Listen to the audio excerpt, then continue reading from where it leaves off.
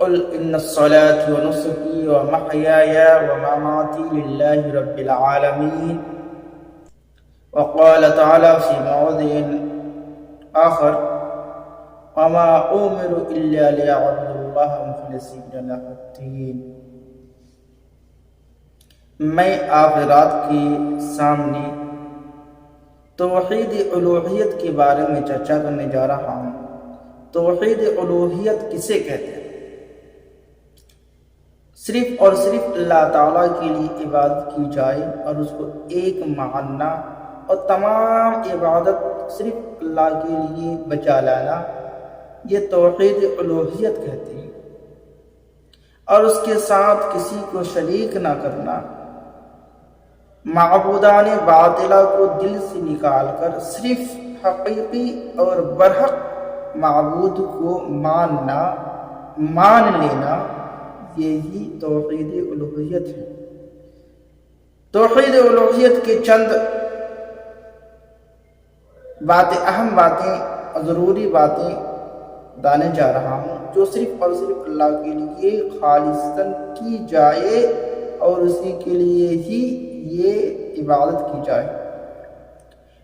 اقرار کرنے والا صرف یہ سمجھے کہ جو کچھ بھی دیتا ہے اللہ تعالیٰ دیتا ہے، اور صرف اللہ تعالیٰ کو نفع نقصان کا مالک سمجھے، صرف اللہ تعالیٰ کو حاجت روا اور مشکل کشا تسلیم کرے،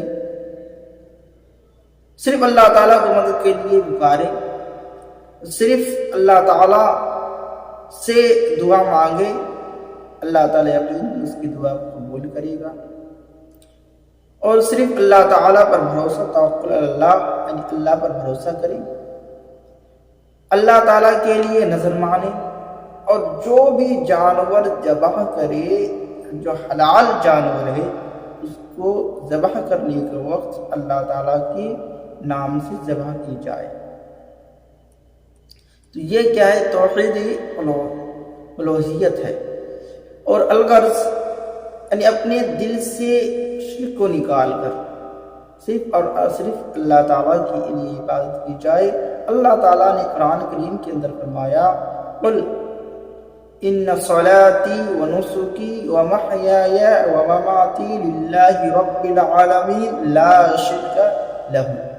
اس کا مطلب ہے اے نبی آپ کہہ دیجئے کہ میری نماز، میری جینا، میرا مرنا، میرا جینا، میرا مرنا، میری نماز، ہر چیز صرف اور صرف اللہ تعالیٰ کے لیے ہے اور اس کے ساتھ کسی کو شریک نہ ٹھہرا جائے۔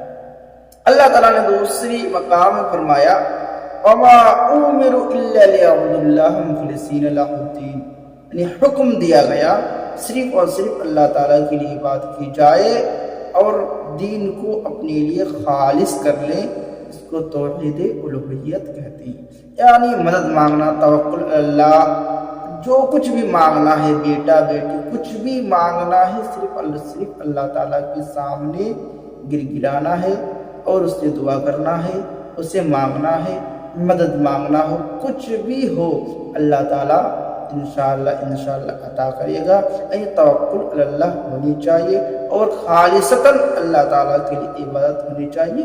نیت انما الاعمال بالنیات، یعنی اگر نیت صاف ہو، اگر صحیح طریقے سے دعا کی جائے تو اللہ تعالیٰ دعا کو قبول کرے گا اور آپ کی مدد کرے گا۔